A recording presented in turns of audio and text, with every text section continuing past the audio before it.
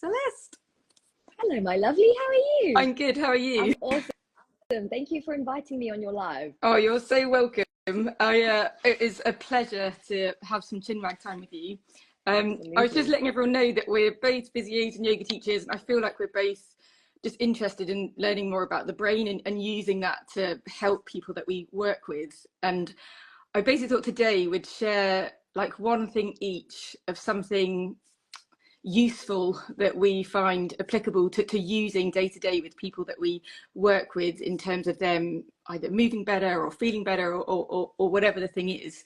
So I thought we'd just dive straight in Yeah. and tell me what's a useful thing that you teach to your students. So it is actually really difficult for me to choose one because I think that there are a few that are what we call high payoff.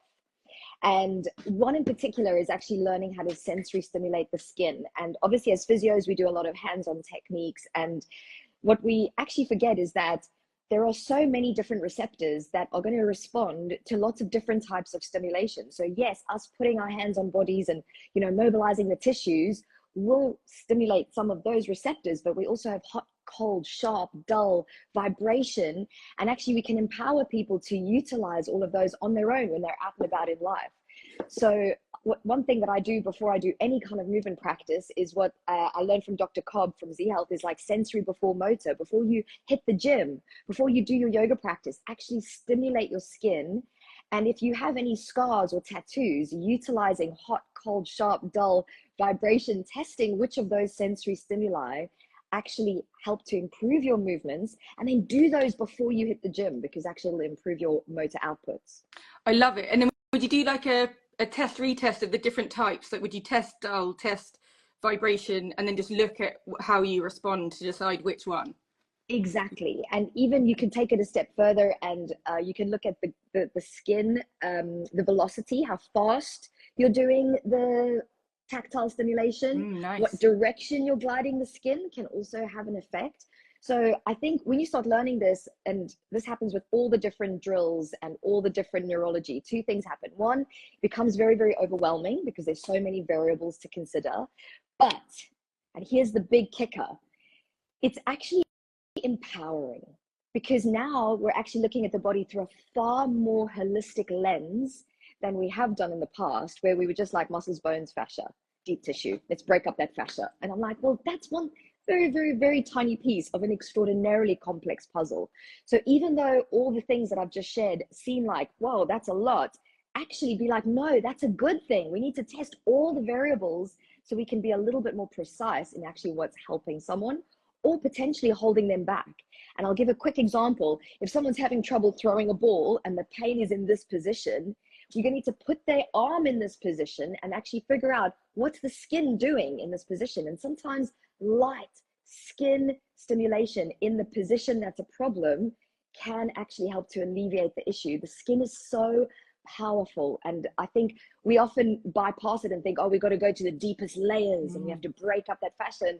Actually, every time someone does a deep tissue technique, they have to touch the skin. Nobody is going, no one's bypassing the skin unless you're a surgeon. So all of these deep tissue techniques, I think people are forgetting that they're actually hitting that first layer, and that's having far more of an impact than they realize. And I guess, yeah, there's some of these receptor cells that are going to respond more to light touch and some that are going to respond to deep touch. And it's about experimenting with these different testing things. Exactly. Testing. And then so if you had someone that didn't have, say, a tattoo or a scar, is that what you do? You get them into a position to do with their ag, the thing that annoys their pain. Yeah. And then you're going to the area and experimenting with those different types of touch. Yeah, exactly. And the other thing that we can also apply, which is another super useful hack for you guys listening, is the opposing joint theory. Another great thing that I learned from Dr. Cobb from Z Health. So let's say the position in the right arm in external rotation is here, that is problematic. We could then do not only skin stimulation, but also motor mapping of the opposite hip in the opposite shape. And actually, Kate, you can even try it with me now. And those of you who have the space to do this, if you put your arm in external rotation and you give me max range of motion, and then you go the opposite knee into internal rotation, you'll find that you actually gain a little bit of extra range. This doesn't work not for every single person. Oh yeah, I but did. I reckon I got an extra 10. You get a little bit of extra space, and so this is really, really powerful. For those aficionados out there listening, the central pattern generators, these are the like abilities for the neurons to give you that opposing leg and arm swing whilst you're in gait, or whilst you're walking. So this is what we're tapping into, and I don't fully understand the neurology behind it yet because it's extraordinarily complicated, but knowing this hack on its own is already so useful for so many people that I work with. I think it's so empowering, isn't it, when you can show someone within a session. So I had someone yesterday and we were doing sort of neck rotation, they're really stiff and they've had whiplash or whatever, and then we were doing some different drills, but if you can show them, oh, let's try this, oh, okay, we haven't really changed much, let's try this, oh, that hasn't really changed much, oh, let's try this, oh, wow, we've created some massive change. They feel like, oh, you understand, you can help me. Their belief in you, the physio, is there. And I feel like belief in the person that you're working with is a big piece of the complex puzzle that is rehab. It is, man. It is, because we are complex beings and we really need to look to our community for guidance and support. We don't just trust ourselves, and that's a healthy thing not to do. Sometimes it's good. You've got to really, really stick to your guns, and sometimes you really got to trust your community. And so knowing you can trust someone is so powerful. Yeah. And I do feel like when I'm working with patients, you know, there's a lot of patients in my NHS days and still now that, you know, I don't help everyone as much as I feel like I could. Yeah. And then it just now, I haven't done as much training as you with Z Health, but I've done some of their courses, and I feel like it just gives you extra things in the toolbox. So I feel like I've done the basics and they're not responding. I've got them moving better. I've got them eating better. I've done X, Y, Z. And it now it's just, I feel like now it's like, well, I haven't addressed vestibular stuff, or I haven't addressed visual stuff. And now kind of a bit earlier on in my treatment, I'll just sort of do a few retests to be like, I think this is really relevant with you, and they've never done it. And often I'll see people that haven't had physio, so they have had physio at lots of other places, so they've done a lot of the norm, and I'm like, well, cool, what haven't you done? Exactly. Let's play. Exactly. And the thing is, our bodies are so much more complex, and our university degrees have actually led us. I actually went to lecture at my old uni, and I was telling them about vision and, you know, how important vision is, and then breathing and how we can tease the brainstem and how that increases range of motion. And they were like, does this fall under neuro or musculoskeletal? I'm like, it's all one thing. It's everything. You're one body, you weirdo. Yeah. But it's so tricky because we're so taught in, and you have to learn in pieces because there's too much to learn. Yeah. No, I agree. But I think just the fact that as third year graduates, they hadn't connected the dots, that it's all integrated into one system, I think was really worrying. Yeah. And that's just the education system and how it's set up. Yeah. Well, it's so cool that you got to teach at uni. I love that. Tell me your tip, Kate, for your... My tip. So I was thinking about what to say myself too, but I feel like one thing I've used loads, and it being January made me think I'd talk about it, is habits. And I feel like it's January, lots of people are setting New Year's resolutions or not, you know, up to you of what you want to do. But we know actually with New Year's resolutions that 80% of them don't work out. And often people know they need to eat better and move more and all the things, but they don't always do the things. And then it's interesting to think about this 80% not working out of like, why isn't it that people are able to do that thing that they want to do? And then so I feel like often we're relying on motivation to be able to start walking every day or whatever the goal is. And the problem with motivation is that it fluctuates, and we've had a busy day, maybe we've had an argument with someone at work and we feel a bit and then we're less likely to have that motivation to get out to the gym or go for the walk. And then instead of motivation, what we really need to use is the power of neuroplasticity, so the brain's ability to reorganize itself based on experience and essentially what we repeat doing. And then so my tips of utilizing neuroplasticity to do the thing, I've got 4 main tips, a couple of little teeny extras, but one is to actually make the goal really small. So when you have to start something new, rather than using your unconscious mind, you've got to use your conscious mind. It takes a lot more effort, and to make these brain changes is very energy demanding. So there's much more resistance in the brain to do a new thing. So if we make it really small, so let's say someone wants to start walking for half an hour a day, I'll kind of coach them around, what about we make it an amount that you can absolutely not say no to? And maybe the initial goal is 3 minutes or something, whatever. So we make the goal really small. And then 2, this is so simple, but I've told it to so many patients this year, and I feel like they're doing it, is to schedule it. So as you would a meeting, like we've got this meeting today, schedule it in your diary, block out the time at a specific date and time of when you're doing it, and write it in your calendar. And also attach it to something. So there's research that shows when we attach a habit to something that's already within our routine, it's easier for it to stick. And I feel like it needs like a precise cue.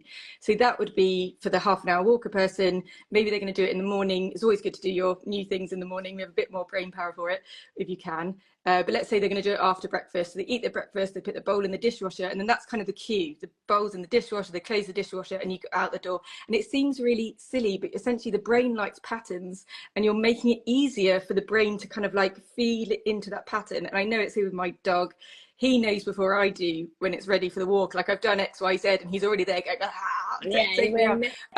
And I wasn't even really ready to do it, but he knows she's done that, she's done that, she's done that. It's my turn. So you're getting the brain more ready, which is going to reduce that resistance and make it a bit easier. So make it small, make it precise, give it a cue. And then the third one is to just keep doing the reps. Like what the brain needs is that repetition of keep doing the thing, which is why we make the goal small.